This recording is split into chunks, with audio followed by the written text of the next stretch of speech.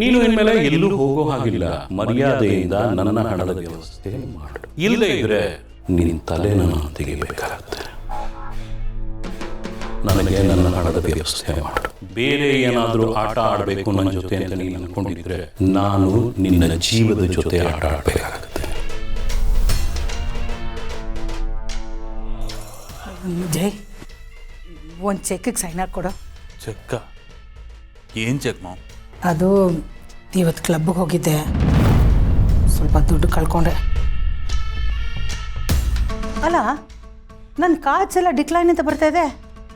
ಆ ಕಾನ್ಸಿನ ಅಮೌಂಟ್ ಎಲ್ಲ ಕ್ಲಿಯರ್ ಮಾಡಿದ್ಲು. ಅವಳ ಮುಂದೆ ನನಗೆ ಎಷ್ಟು ಅವಮಾನ ಆಯಿತು ಗೊತ್ತಾ? ಏನು ಮಾಮ್, ಯಾವ ಟೈಮಲ್ಲಿ ಎಂತ ಮಾತಾಡ್ತಿದ್ಯಾ ಗೊತ್ತಾ ನೀನು? ಮನೇಲಿ ಎಂಥ ಪರಿಸ್ಥಿತಿ ಇದೆ ಅಂತ ಗೊತ್ತಾ ನಿನಗೆ? ಪರದಾಡ್ತಾ ಇದ್ದೀನಿ ನಾನಿಲ್ಲಿ. ಇಂಥ ಟೈಮಲ್ಲಿ ಹೋಗಿ ಕ್ಲಬ್ಬಲ್ಲಿ ಸೋತ್ಬಿಟ್ಟು ಬಂದಿದೆಯಲ್ಲ, ಈ ಶೋಕಿ ಎಲ್ಲ ಬೇಕಾ ಮಾಮ್? ನಾನಾದರೂ ಏನು ಮಾಡಲಿ, ನನಗೂ ಟೆನ್ಷನ್ ಇದೆ. ಅದಕ್ಕೆ ಕ್ಲಬ್ಗೆ ಹೋದರೆ ಮೈಂಡ್ ಸ್ವಲ್ಪ ಫ್ರೀ ಆಗುತ್ತೆ ಅಂತ ಹೋದೆ. ಆದರೆ ನನ್ನ ಬ್ಯಾಡ್ ಲಕ್, ಟೆನ್ಷನ್ ಫ್ರೀ ಆಗೋ ಬದಲು ಇನ್ನೂ ಜಾಸ್ತಿ ಟೆನ್ಷನ್ ಆಯಿತು. ಆಗಿದ್ದಾಗೋಯ್ತು. ನಿನ್ನ ಚೆಕ್ ಸೈನ್ ಮಾಡು. ಮೊದಲು ಆ ಕಾಂಚನ ಮುಖಕ್ಕೆ ಬಿಸಾಕಬೇಕು. ಎಷ್ಟು? 3 ಕೋಟಿ.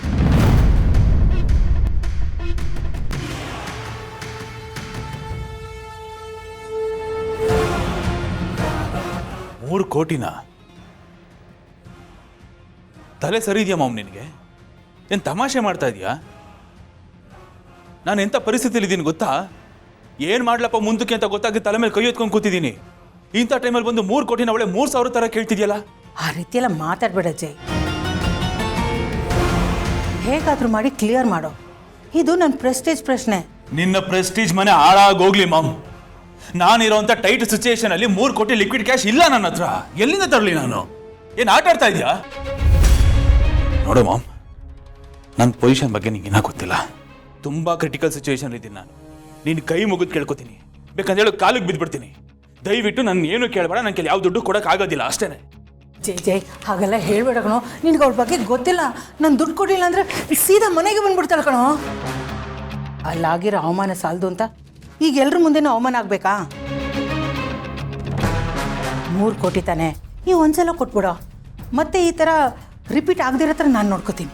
ನೀನು ಕೇಳ್ತಾ ಇರೋದು 3 ಕೋಟಿ ಮಾಮ್, 3 ರೂಪಾಯಿ ಅಲ್ಲ. ಏನು ದುಡ್ಡಿನ ಗಿಡ ನೆಟ್ಟಿದ್ದೀನ ನಾನು ಕೇಳಿದ ತಕ್ಷಣ ತಂದ್ಕೊಡೋದಕ್ಕೆ? ಅಥವಾ ಬೇಡ್ಕೊಂಡ ತಕ್ಷಣ ಮೇಲಿಂದ ಉದುರ್ತಾ ಅದು? I am in a very horrible situation mom. ದಯವಿಟ್ಟು ಅರ್ಥ ಮಾಡ್ಕೋ. ದುಡ್ಡು ಹುಡ್ಸೋದು ಹೇಗಂತ ತಲೆ ಕೆಡ್ಸ್ಕೊಂಡು ಕೂತಿದ್ದೀನಿ ನಾನಿಲ್ಲಿ. ನೀನು ಏನೇ ಹೇಳೋ ಮಾಮ್, ಈ ಆಟಕ್ಕೆ ನಾನಿಲ್ಲ. ನನ್ನ ಕೈದೆಲ್ಲ ಸಾಧ್ಯ ಇಲ್ಲ. ಕ್ಲಿಯರ್ ಕಟ್ ಆಗಿ ಹೇಳ್ತಾ ಇದ್ದೀನಿ, ಯಾವ ದುಡ್ಡು ಕೊಡೋಕ್ಕಾಗಲ್ಲ. ಜೈ ಜೈ, ಹೀಗೆಲ್ಲ ಹೇಳ್ಬೇಡ ಕಣೋ. ಈ ಆಸ್ತಿಯನ್ನು ನೀನೊಬ್ಬನೇ ಸಂಪಾದನೆ ಮಾಡಿದ್ದಲ್ಲ. ಗೌತಮ್ಗೆ ನನ್ನ ಮೇಲೆ ಪ್ರೀತಿ ಇರೋದ್ರಿಂದ ಕೊಟ್ಟಿದ್ದು. ನಾನು ಎಲ್ಲರೂ ಸರ್ಕಸ್ ಮಾಡಿ ಅದು ನಿನಗೆ ಬರೋ ಹಾಗೆ ಮಾಡಿದ್ದು. ನೀನು ನೋಡಿದರೆ ನನಗೆ ಕೈ ಎತ್ತೋ ಥರ ಕಾಣಿಸ್ತಾ ಇದೆಯಾ? 1,000 ಕೋಟಿ ಆಸ್ತಿನ ನನ್ನ ಮಕ್ಕಳಿಗೆ ಸಿಗೋ ಥರ ಮಾಡಿದ್ದೀನಿ. ಅಂಥದ್ರಲ್ಲಿ 3 ಕೋಟಿಗೋಸ್ಕರ ನಾನು ಇಷ್ಟೆಲ್ಲ ಬೇಡ್ಕೋಬೇಕಾ? ಹಾಗಾದರೆ ನಾನು ಮಾಡಿದ್ಕೆಲ್ಲ ಬೆಲೆನೇ ಇಲ್ವಾ ಜೈ? ಸಾಕು ಬುಚ್ಚು ಮಾಮ್ ಬಾಯ್ನ. ಏನ್ ಮಾಡಿದ್ಯಾ ನೀನು? ಏನ್ ದಬಾಕಿದ್ಯಾ ಅಂತ ಮಾತಾಡ್ತಾ ಇದ್ಯಾ? ಏನ್ ಕಾಂಟ್ರಿಬ್ಯೂಷನ್ ಇದೆ ನಿಂದಲ್ಲಿ? ಫಸ್ಟ್ ಆಫ್ ಆಲ್ ಎಲ್ಲದನ್ನು ಮಾಡಿದ್ದು ನಾನು. ಅವ್ರುಗಳು ಮನೆಯಿಂದ ಹೊರಗಡೆ ಹೋಗೋಗಿ ಮಾಡಿದ್ದು ನಾನು. ಕೆಟ್ಟವನು ಅಂತ ಲೇಬಲ್ ಅನ್ಸ್ಕೊಂಡಿದ್ದು ನಾನು. ಮೇನ್ ವಿಲ್ಲನ್ ಅಂತ ಅನ್ಸ್ಕೊಂಡಿರೋನು ನಾನಿಲ್ಲಿ. ನಿಂತೇನಿದು ಬರೀ ಸಪೋರ್ಟಿಂಗ್ ಕ್ಯಾರೆಕ್ಟರ್ ಅಷ್ಟೇನೆ. ಎಲ್ಲ ಕೆಲಸನ ಮಾಡಿರೋದು ನಾನಾಗಿರುವಾಗ ಕ್ರೆಡಿಟ್ಸ್ ಎಲ್ಲ ನಿನಗೆ ಯಾಕೆ ಕೊಡ್ಬೇಕು ನಾನು? ನಾನ್ಸೆನ್ಸ್.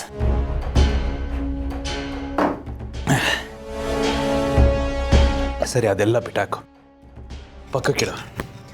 ನಿನಗೆ ಈ ನಿನ್ನ ಮಗನ ಕಷ್ಟನ ಅರ್ಥ ಮಾಡಿಸ್ತೀನಿ. ದಯವಿಟ್ಟು ಅರ್ಥ ಮಾಡ್ಕೊ. ನಾನು ಎಂಥ ಪೊಸಿಷನಲ್ಲಿದ್ದೀನಿ ಗೊತ್ತಾ? ರೂಪಾಯಿಗೂ ಪರದಾಡ್ತಾ ಇದ್ದೀನಿ ಮಾಮ. ಹೇಗಪ್ಪ ದುಡ್ಡು ಹೊಂದಿಸ್ಲಿ ಅಂತ ತಲೆ ಕೆಟ್ಟು ಗೊಬ್ಬರ ಆಗಿದೆ. ಇಂಥ ಟೈಮಲ್ಲಿ ಬಂದು 3 ಕೋಟಿ ಅಂತೀಯಲ್ಲ, ಏನು ಅನ್ಸಲ್ವಾ ನಿನಗೆ? ಹೇಗ್ ಮನ್ಸ್ಬಿಡುತ್ತೆ ನಿನಗೆ ನನ್ನ ಹತ್ರ ಬಂದು ದುಡ್ಡು ಕೇಳೋದಿಕ್ಕೆ? 1 ರೂಪಾಯಿನ 2 ರೂಪಾಯಿನ? ಕೋಟಿಗೆ ಬೆಲೆ ಬೇಡ? ಹೌದು ಅತ್ತೆ, 3 crores ಅಂದರೆ ತುಂಬ ಕಷ್ಟ ಆಗುತ್ತೆ. ಮನೆ ಕಂಡೀಷನ್ ತುಂಬ ಹಾಳಾಗಿದೆ. 1 ರೂಪಾಯಿಗೂ ಕಷ್ಟ ಇದೆ ಅತ್ತೆ. ಜೈ ಬೇರೆ ಹೊಸ ಬಿಸ್ನೆಸ್ಸಲ್ಲಿ ಲಾಸ್ ಮಾಡ್ಕೊಂಡಿದ್ದಾರೆ, ಅದನ್ನು ಕವರ್ ಅಪ್ ಮಾಡ್ಕೊಳ್ಳೋದಕ್ಕೆ ಕಷ್ಟ ಆಗ್ತಿದೆ. ಈ ಟೈಮಲ್ಲಿ ನೀವು 3 crores ಕೇಳಿದ್ರೆ ಅವ್ರು ಹೇಗೆ ಕೊಡ್ತಾರೆ ಹೇಳಿ?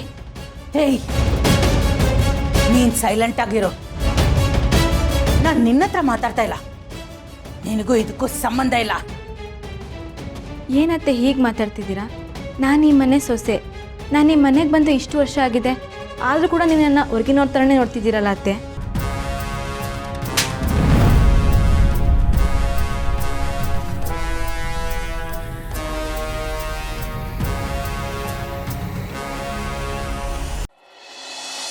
ನೀನು ಸೈಲೆಂಟ್ ಆಗಿರೋ. ನಾನು ನಿನ್ನ ಹತ್ರ ಮಾತಾಡ್ತಾ ಇಲ್ಲ. ಏನತ್ತೆ ಹೀಗೆ ಮಾತಾಡ್ತಿದ್ದೀರಾ? ನಾನು ಈ ಮನೆ ಸೊಸೆ.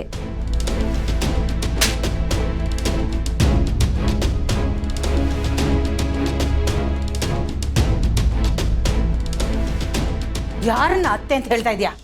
ನಾನೇನು ನಿನ್ನನ್ನು ಒಪ್ಪಿ ಸೊಸೆ ಮಾಡ್ಕೊಂಡ? ಇಷ್ಟೆಲ್ಲ ಸಲಿಗೆ ಬೇಕಾಗಿಲ್ಲ. ನಿನ್ನ ಲಿಮಿಟಲ್ಲಿ ನೀನಿರು.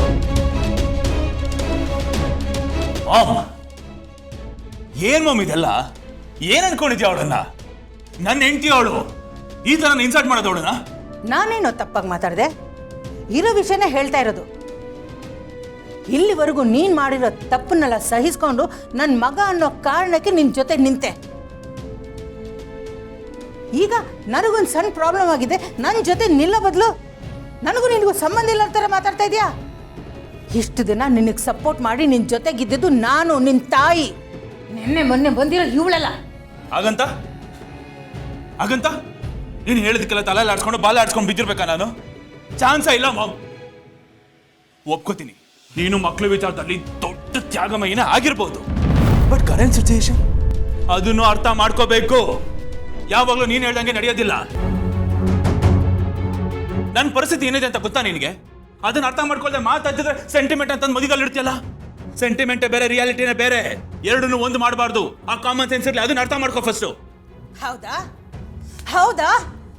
ಹಾಗಿದ್ರೆ ಗೌತಮ್ ಕೊಟ್ಟಿರೋ ಪ್ರಾಪರ್ಟಿ ನಿನಗೊಬ್ಬನಿಗೆ ಸೇರಿದ್ದಲ್ಲ, ಎಲ್ರೂ ಸೇರಿದ್ದು. ಮೊದಲು ಅದನ್ನ ಭಾಗ ಮಾಡು.